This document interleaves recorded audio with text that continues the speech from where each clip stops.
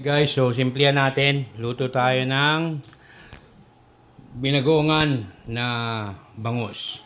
So, meron tayo ditong bawang, sili, sibuyas, kamatis, at itong bangus na boneless, ginawa ko, in-air fry ko na kanina. Mantika, bagoong. And we would be adding konting sugar and gata. Teka. So, ito yung gata. Ang walang matayang Coco Mama. Ayan, lalagyan natin ng onting sugar din. Ayan, so again guys, hindi sponsored ni Coco Mama to. Dahil ang nagluluto ay si Coco Papa. Okay, later na lang. Simulan na natin. Ayan, so guys, so ito na. Ayan, nagpainit na ako. And then, lagyan natin ng onting mantika. Ang gisa. Actually, yung mantika, parang magpapaan yan. Magpapakolesterol sa pagkatao natin. Aray mo.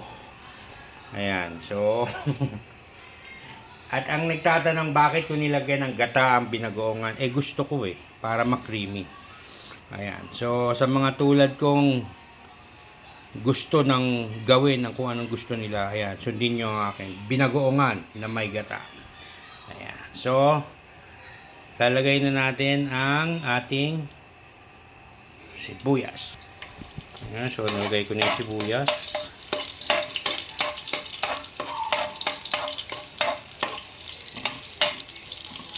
Hanggang mag-translucent lang siya or mamuti. Yung parang maging parang puti na siya niya. Huwag natin sunugin.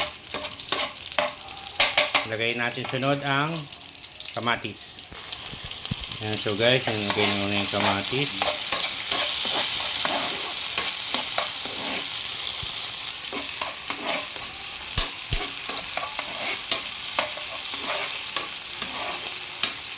Ang gusto natin mangyari sa kamatis is yung parang lumambot na siya. Yung patang-pata ng katawan niya. Yung pang Friday na itsura na. Yan yun.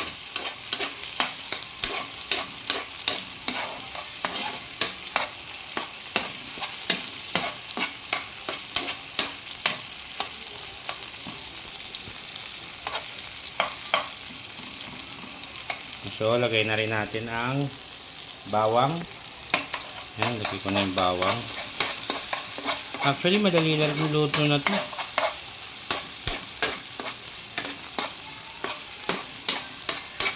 Pagsama-samahin lang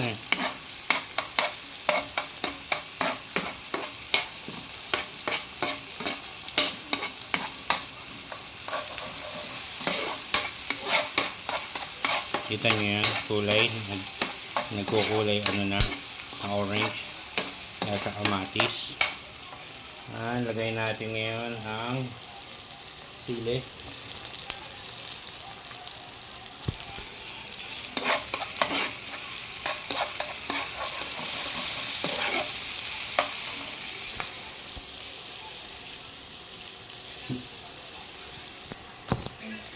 Ayan, so guys, ayan.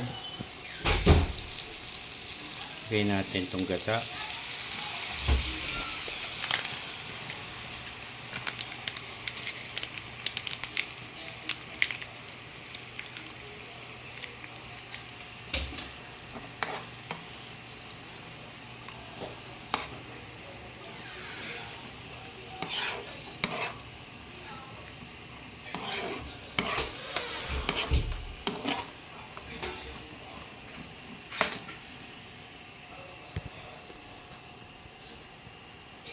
Lagyan natin paminta.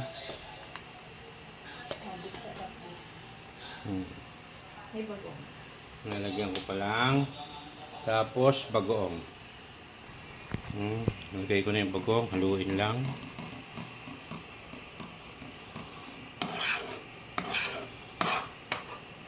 Yung iba kasi nilalagay tubig lang. Ako gusto ko para mas creamy. Ginawa ko gata.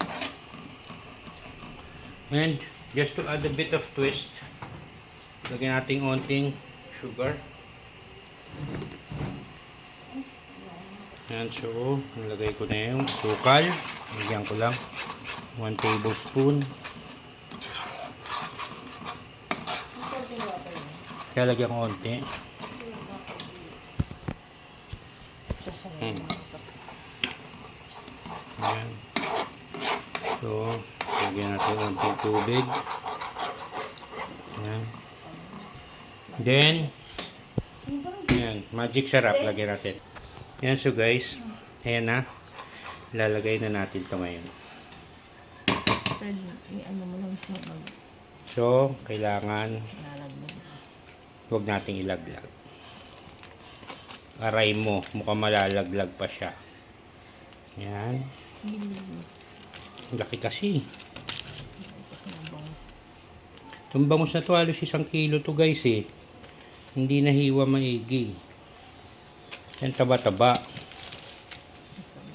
Dapat dito ako lang ang mataba. Hindi pati isda.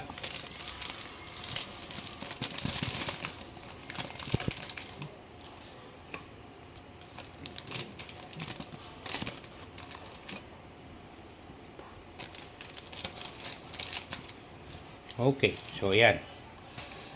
Kaya natin mag-ano muna ng onte. Incorporate natin. Diba ang simple? Walang kahirap-hirap guys. Tapos na naman ang ating specialty within few minutes. So, nung bata ako may pinapanood akong 10-minute cooking or 15 minutes cooking. Ito, halos 10 minutes lang halos. So, ayan guys. So, pakuluan mo lang ng onte. Then afterwards, okay na yan. You could serve it with, kung meron kang parsley or celery. Yan, basta, ayun. Wala lang kasi ako mabila ng mga gulay. Dahil lagyan ko sitaw to or kalabasa eh. But anyways, hope you enjoyed this. And again, always remember that everything happens for a reason. And you don't have to be rich to be my girl. Hindi, anyways, kidding aside, hindi mo kailangan ng pamilya para mabuhay ng maayos. Kailangan mo lang ang taong mga talagang malapit sa'yo tulad ng iyong anak at asawa. Dahil bandang huli, ang mga kamag-anak mo ay ang mga taong gusto ka pang bumagsak. Unlike, sa dating panahon na sila ang tutulong sa'yo. Pero not until this time. This time, it's different. So, only your family you could trust. So, yun. Better watch out sa mga tao na mga mapanira. And, ayun. Enjoy. This is Nights.